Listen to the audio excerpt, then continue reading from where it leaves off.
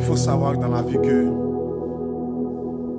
on ne combat que celui qui a une grande étoile. Il faut savoir dans la vie que on ne combat que celui qui a une grande destinée. Il faut savoir dans la vie que on ne combat celui qui a une très grande échelle de réussite.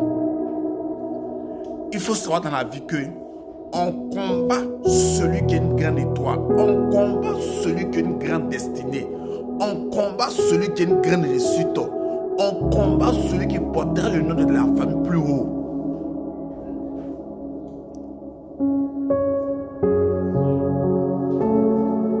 Il faut savoir dans la vie que celui donc qui a une très grande destinée, c'est cette personne qui est en combat. Donc si toi aujourd'hui, là où tu te trouves, tu es combattu, il faut savoir que ta destinée est grande. Tu as une grande étoile et tu as une grande destinée. Tu as une très grande réussite. Tu ne dois pas baisser les bras parce que l'étoile que Dieu a promis pour toi est très grande. Voici pourquoi les frères de Joseph ont combattu Joseph sans le savoir. Les frères de Joseph ont combattu Joseph parce que Joseph avait une tellement grande étoile.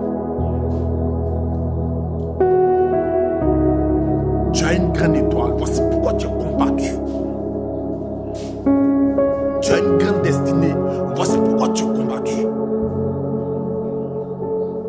Là où tu te trouves, tu as remarqué que c'est toi seul qui est en combat. C'est toi seul que les gens détestent. C'est toi seul qui a toujours un rapport sur toi. Des mauvais rapports. C'est toi seul on te fait des reproches. C'est toi seul on dit que tu n'es pas bon. C'est toi seul on critique. C'est toi seul on déteste. C'est pas parce qu'on ne t'aime pas. Mais c'est ton étoile qui les gêne. C'est ton étoile qui a un problème. Parce qu'ils voient ils voient ton étoile. Ta réussite est grande. On ne combat pas celui qui a une petite réussite. On combat celui qui a une grande destinée. Et si Dieu a permis que on te combat, c'est parce qu'il a mis en toi des forces que tu peux combattre ces obstacles.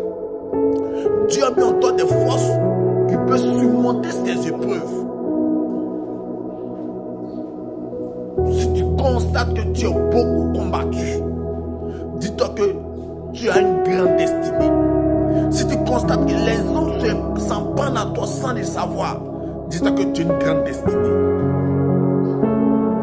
Dieu ne met pas un obstacle qui est au-delà de tes forces. Si Dieu te met des obstacles, c'est qu'il sait que la force qui est en toi peut surmonter ces obstacles. Tu dois te lever et glorifier Dieu pour ça. Parce que la force qui est en toi est une force qui peut surmonter ces épreuves. Mais en tête que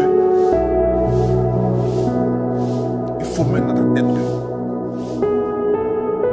ne cherche pas à connaître tes parents. Quand tu souffres, quand tu as le monde de difficulté, ne cherche pas à connaître tes parents. Quand tu as un moment de souffrance, que rien ne va chez toi, ne cherche pas à connaître tes parents.